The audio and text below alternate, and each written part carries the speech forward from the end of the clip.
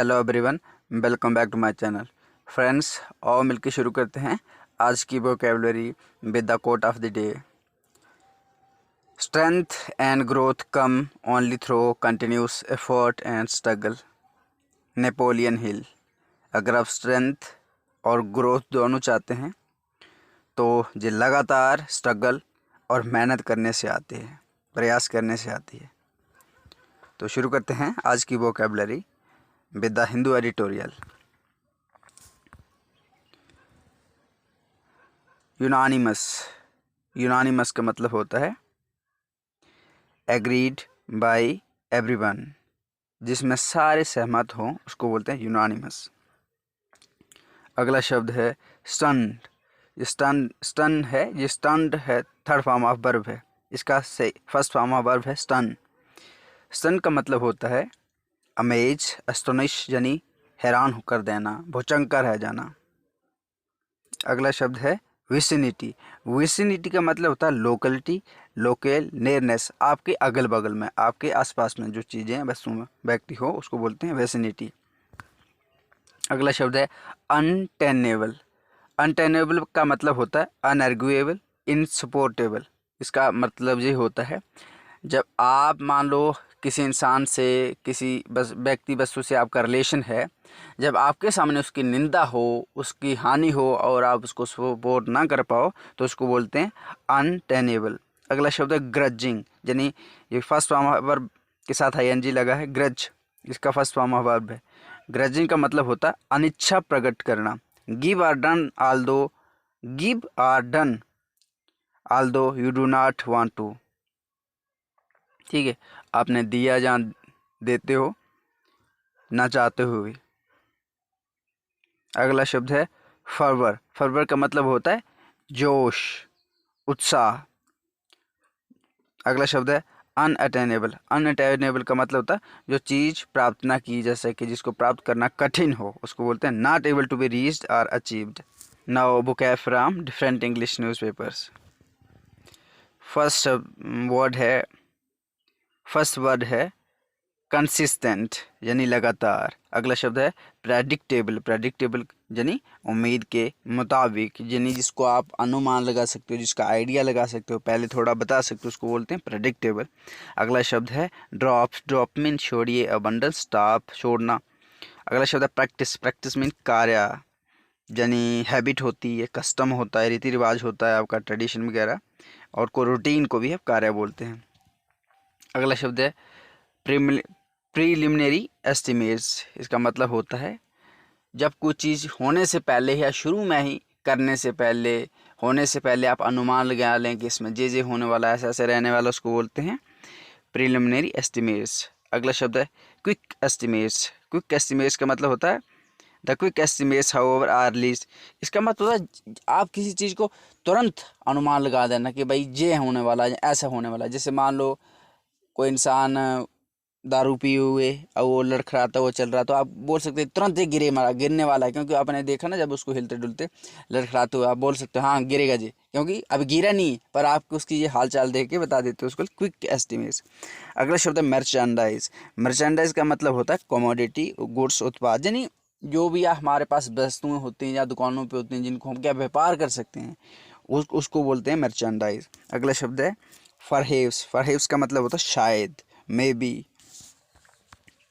अगला शब्द shipment. Shipment का मतलब होता है consignment, delivery, batch, cargo, freight, यानी कि जो सामान एक जगह से दूसरी जगह भेजा जाता है गाड़ियों के द्वारा, किसी शिप के भी द्वारा, उसको बोलते हैं शिपमेंट। अगला शब्द है drive. Drive mean cause something to happen, किसी का कारण होना। जैसे आपके अंदर ड्राइव क्या है, जैसे आप लाइफ में सक्सेस चाहते हैं, क्यों चाहते हो, आपके पेरेंट्स चाहते हैं, आपके अंदर ड्राइव क्या है, मोटिवेशन क्या है, जो आपके अंदर मोटिवेशन है उसको बोलते हैं ड्राइव। जो आपके अंदर ना पैशन है कोई चीज़ करने का, उसको बोलते हैं ड्राइव। अगला शब्द है high frequency indicators. High frequency indicators mean high frequency indicators are being monitored to track the progress of economic recovery in India. High frequency indicators mean जो वो चीज़ को बताने में आपकी मदद करें कि अच्छा इन चीज़ों को आप, जैसे मेजरमेंट्स हो सकते हैं एक तरह के, कि अच्छा इन चीज़ों को आप नाप सकते हैं। जैसे मान लो आपकी जो ग्रोथ है, आपकी ग्रोथ को कोई कैसे अनुमान लगा सकता है? आपका काम देखकर, आपके रूटीन देखकर, आपकी जो इंटेलिजेंस पावर है, ग्रास्पिंग पावर है, उसको देखकर। तो इसी तरह हाई फ्रिक्वेंसी इंडिकेटर्स में मतलब जिन चीज़ों को पहले ऐसे इंडिकेटर्स जिनके द्वारा हम ये अनुमान लगा सकते हैं कि क्या होने वाला, क्या नहीं होने वाला। अगला शब्द है एसेस। एसेस का मतलब होता है आकलन करना, यानी किसी का एनालिसिस करना, किसी का मेजरमेंट करना, उसको बोलते हैं एसेस।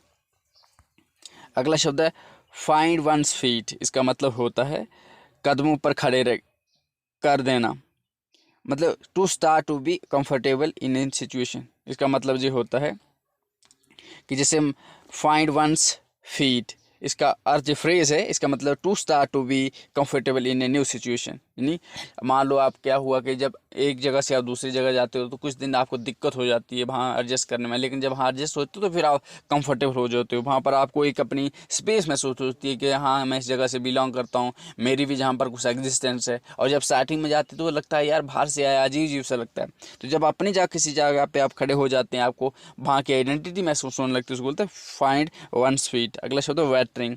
वेटरिंग का मतलब होता है डैमेज्ड बाय एन एक्शन और इवेंट, यानी क्षति पहुँचाना, किसी चीज़ को नुकसान पहुँचाना, किसी व्यक्ति वस्तु को, उसको बोलते हैं वेटरिंग। यानी बहुत स्ट्रगलिंग, जिसने आपने बहुत स्ट्रगल किया है, मतलब बहुत हाथापाई जीवन में हुई है, तो उसको बोलते हैं वेटरिंग। वेटरिंग। अगला शब्द है सेंसिबल। सेंसिबल का मतलब होता है समझदार, जो इंसान समझदार हो, प्रूडेंट भी बोलते हैं, श्रीउड भी बोलते हैं। अगला शब्द है रिवर्ट। रिवर्ट का मतलब होता है पलटना। जैसे मान लो आपने बोला कि अच्छा सर मैं ये वो करूँगा या करूँगी, लेकिन बाद में जब करने की बारी आई तो क्या हो गया, आप मुकर गई, सर ऐसे नहीं हो सकता, मैंने नहीं बोला था, झूठ बोल दिया। तो मतलब उसको क्या बोलते हैं रिवर्ट। आपने जो चीज़ बोली थी उससे पलट जाना, आपने जो कही थी उससे पलट जाना, उसको बोलते हैं रिवर्ट। अगला शब्द है सब्सिक्वेंट।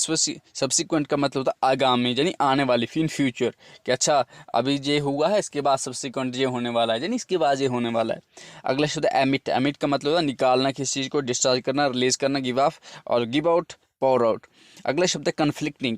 कन्फ्लिक्टिंग मीन विरोधी, यानी कंट्राडिक्टी। जैसे मान लो आप कहते कुछ हैं, करते कुछ हैं, तो वो क्या है, आपके जो विरोधाभास, आपके जो बिहेवियर वो कंट्राडिक्टरी है। क्यों? कि आप क्या कुछ रहे हैं, कर कुछ रहे हैं। जब आप कह रहे हैं और कर रहे हैं जो एक ही साथ है तो वो उसमें तालमेल बैठा हुआ है, लेकिन जब वो इन कंसिस्टेंस है ना, लेकिन आप उसको इनकन्सिस्टेंसी कब आएगी, जब आप कुछ कह रहे हैं। कंसिस्टेंसी तब आएगी ना जब आप करना और कहना समान हो, तो इनकन्सिस्टेंसी तब आती है जब दोनों अलग अलग चीज़ें हो। तो कन्फ्लिक्टिंग का मतलब होता है विरोधाभास, यानी डिफरिंग। अगला शब्द है सिग्नल। सिग्नल का मतलब इंडिकेशन, जेस्चर, इंडिकेटर, पॉइंटर या संकेत देना। अगला शब्द है थैंक्स टू। थैंक्स टू यानी owing to, as a result of, because of. जैसे देखो ना, जैसे मान लो के कारण से, जैसे मान लो आपके जीवन में कोई, मान लो किसी ने आपको धोखा दे दिया। अब धोखा देने के बाद थोड़ा सा आपको अजीब सा लगेगा, लेकिन आपने बहुत स्ट्रगल की और इतने पहले ना बहुत इमोशनल बंदे थे या बंदी थी, ठीक है, लेकिन जब आपको धोखा मिला उसके बाद आप इतनी इमोशनली स्ट्रांग हो गए, अब आपको कोई भी बेवकूफ़ नहीं बना सकता है। अब जो आपकी एनर्जी अंदर जो ताकत आई, किस वजह से आई, उस इंसान की वजह से आई हो जिसने आपको धोखा दिया है। अगर वो धोखा नहीं देता आप ऐसे बनते नहीं। तो आप क्या, कभी आप जब आपको ये इस ताकत का महसूस होगा ना, तब आप बोलोगे थैंक्स टू दैट पर्सन के, बिकॉज ऑफ हिम और her I am capable of doing this.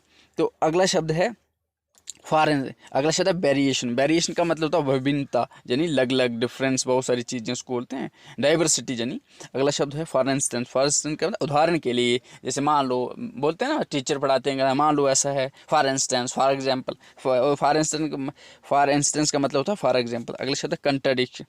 Contraction. Contraction का मतलब होता है श्रिंकेज, रिडक्शन, टाइटनिंग है। जैसे देखो आपने रबर को देखा है, जब रबर होता है तो क्या करते हैं हम, जो जिससे लेडीज़ अपने बालों को टाइट कर देते हैं, अब उसी रबर को देखा, थोड़ा सा खींचते हैं तो वो लंबा हो जाता है, छोड़ते हैं इकट्ठा हो जाता है। अब वो जो छोड़ के एक ही जैसी इकट्ठा होता है उसको क्या बोलते हैं, कंट्रैक्शन, रिडक्शन, उसको बोलते श्रिंकेज।